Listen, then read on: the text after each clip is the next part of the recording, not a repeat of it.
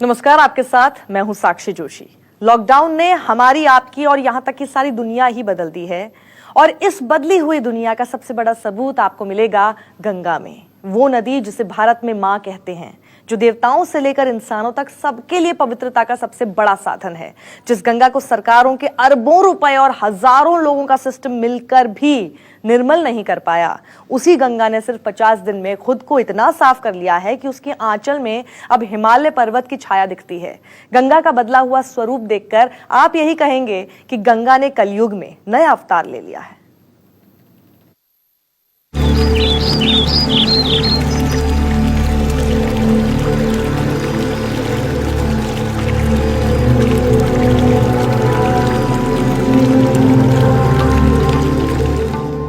गंगा ने कलयुग में नया अवतार ले लिया।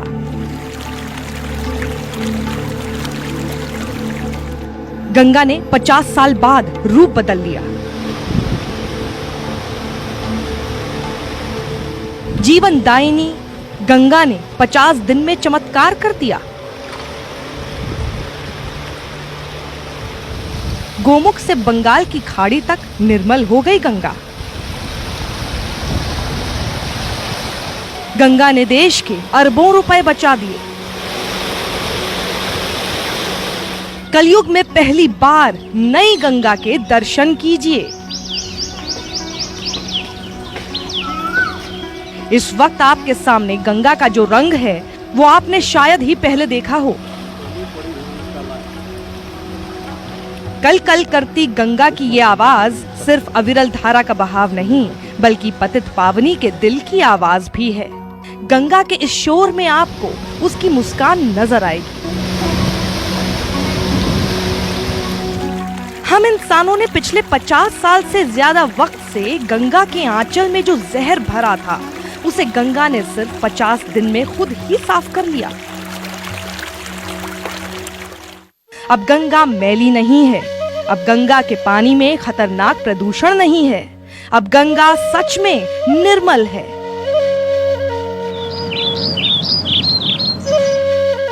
अब गंगा गंदगी से मुक्त है।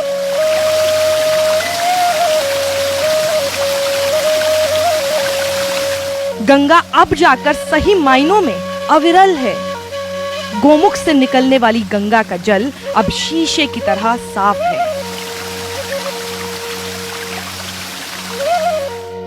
अब वो पहाड़ों पर पहले से ताकत से टकराती है। पहाड़ों से मैदानी इलाकों में उतरते समय गंगा अब ज्यादा इछलाती है। गंगा का शोर अब दूर से ही सुनाई देता है, जैसे ये नदी खुद कह रही हो कि हाँ, अब मैं अपने ही जल में सांस लेकर जिंदा रहने के काबिल हो गई हूँ। अब एक बार फिर मेरी तुलना अमृत से हो सकती है। अब एक बार फिर मैं सही मायनों में जीवनदायिनी बन सकी हूं। कई दशकों से अरबों रुपए खर्च करके भी जो काम सरकारें, सामाजिक संस्थाएं और हजारों लाखों लोगों की कोशिशें नहीं कर सकीं, वो खुद गंगा ने अकेले ही करके दिखा दिया।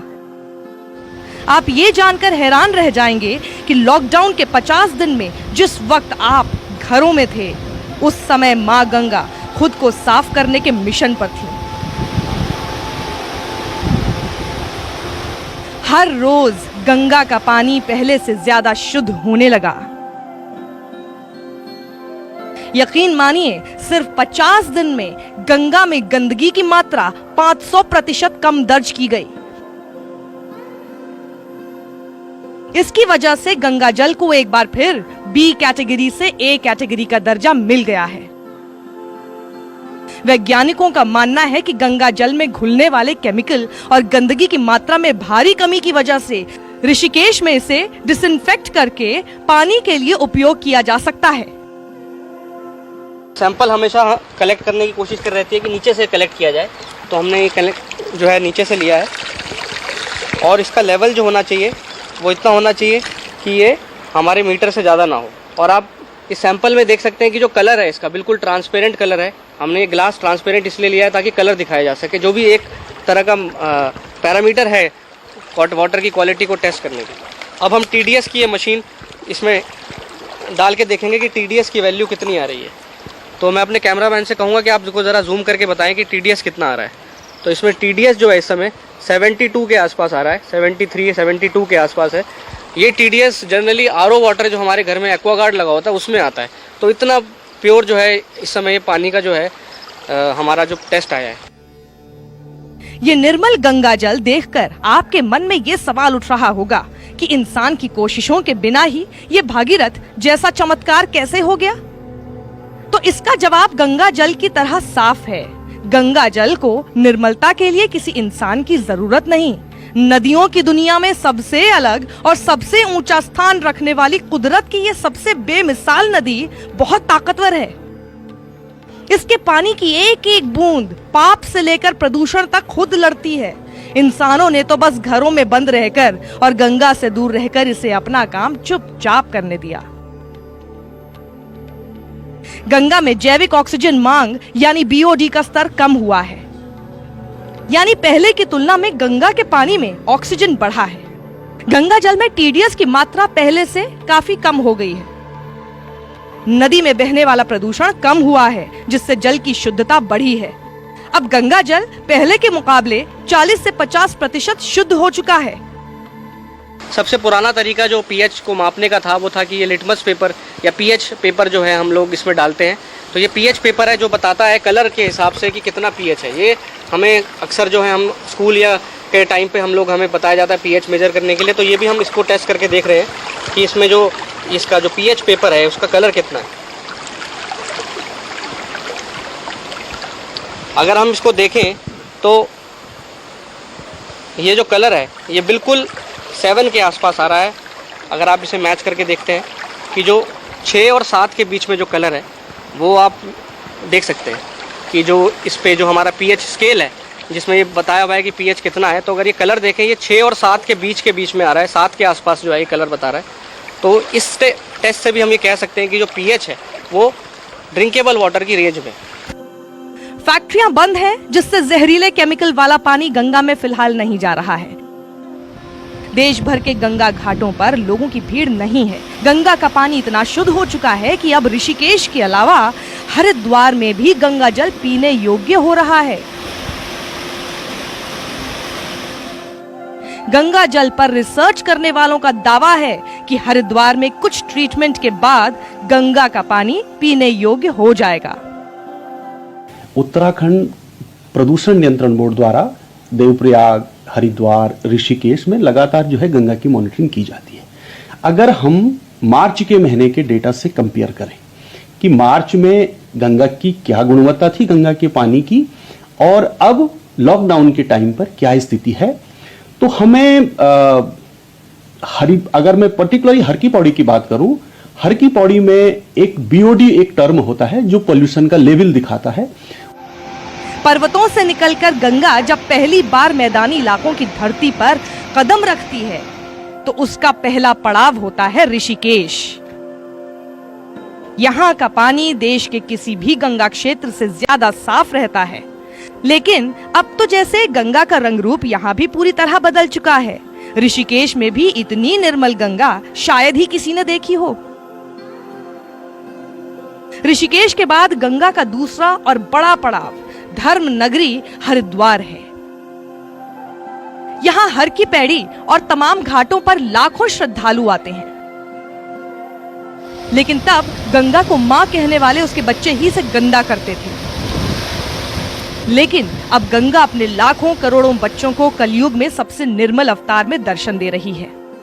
आज मेरा तो जन्म स्थान ही खैर हरिद्वार है। ये आज पहली बार मेरे को माँ गंगा का इतना साफ स्वरूप देखने को मिल रहा है। कभी आज तक इतनी स्वच्छ निर्मल नहीं देखी।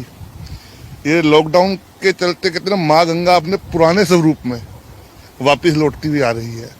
पहले किस तरीके से आपने भी देखा होगा गंगा मैया किस तरीके से दूषित जल चल रहा था, आज आचमन करने योग्य भी है, साफ सुथरा है।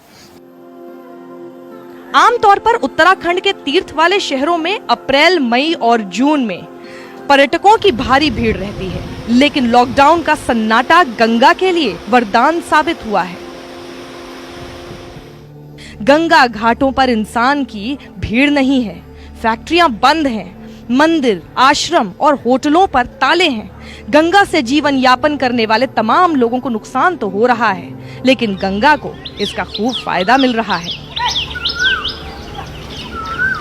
पुरोहित समाज भी गंगा के इस नए स्वरूप को देखकर खुश है। मेरा अनुरोध सिर्फ आपके माध्यम से इतना कहना है कि गंगा का जो स्वरूप हो रहा है उसके पीछे सिर्फ एक है कि अन्य क्षेत्रे कृतं पापम तीर्थ क्षेत्रे विनश्यति, तीर्थ क्षेत्रे कृतं पापम वज्रमापे लिप्यति। अर्थात जो भी कृत्य आपने पाप कर्म किए हैं तीर्थ में आकर समाप्त हो जाते हैं, और तीर्थ में आकर अगर आप कोई भी कृत्य करते हैं तो वज्र के समान होते हैं। जन्मों जन्म कितने भी पुण्य कर दीजिए समाप्त नहीं हो पाते। उसका कारण यही है कि हर की पौड़ी ही नहीं, गंगा के तटों पर श्रद्धालु आते हैं, वो अपनी प्रयोग करी हुई वस्तुएं छोड़ते हैं, खाद्य पदार्थ छोड़ते हैं, और साथ ही जो उद्योगों के माध्यम से गंगा के अंदर रासायनिक इत्यादि जा रहे हैं, वो बहुत बड़ा कारण होता है गंगा की धौली होने का, मैला होने का और कहीं ना कहीं गंदा होने का। इसलिए गंगा का स्वरूप निश्चित तौर पर बहुत भव्य और बहुत सुंदर दिख रहा है। गंगा का मूल स्वरूप हम इंसानों ने ही छीन लिया था, फिर इंसानों ने ही इसे साफ करने का मिशन शुरू किया। उत्तराखंड से बंगाल तक गंगा 2500 किलोमीटर अविरल बहती है। गंगा 29 बड़े शहर, 23 छोटे शहर और 48 कस्बों से गुजरती है। गंगा में हजारों औद्योगिक इकाइयों का गंदा पानी जाता है। मैदानी इलाकों में ऋषिकेश के बाद हर शहर गंगा को गंदा बनाते हैं। गंगा जल में प्रदूषण फैलाने वाली चीजें डाली जाती हैं। गंगा घाटों पर तमाम गंदी चीजें फेंकी जाती हैं। 1986 में गंगा की सफाई के सरकारी प्रयास शुरू हो गए थे। 1986 से 2014 तक गंगा की सफाई पर 4000 करोड़ खर्च हुए। 4000 करोड़ रुपए खर्च करके भी गंगा 20% भी साफ नहीं हुई। अब इंसानों की भीड़ और प्रदूषण ना होने से गंगा खुद साफ हो गई। गंगा हर जीव के लिए जीवनदायिनी मानी जाती है, लेकिन उसी गंगा से जब इंसान दूर हो गए तो गंगा अपने मूल स्वरूप को दशकों बाद हासिल कर सकी है। तो चाहे असुर हो चाहे देवता हो, सभी इसकी वंदना करते हैं, और जो जिस भाव से इसके समक्ष जाता है ये उसको वही देती है। तो निरंतर हमें गंगा की अविरलता को के जल की अविरलता को बनाए रखने के लिए और निर्मलता को बनाए रखने के लिए हमें सरकार को चाहिए कि जो उन प्रगति इस समय गंगा के जल की हुई है उसको बरकरार रखे, उसको और आगे बढ़ाए, उसको उसके जल को प्रदूषण से बचाए।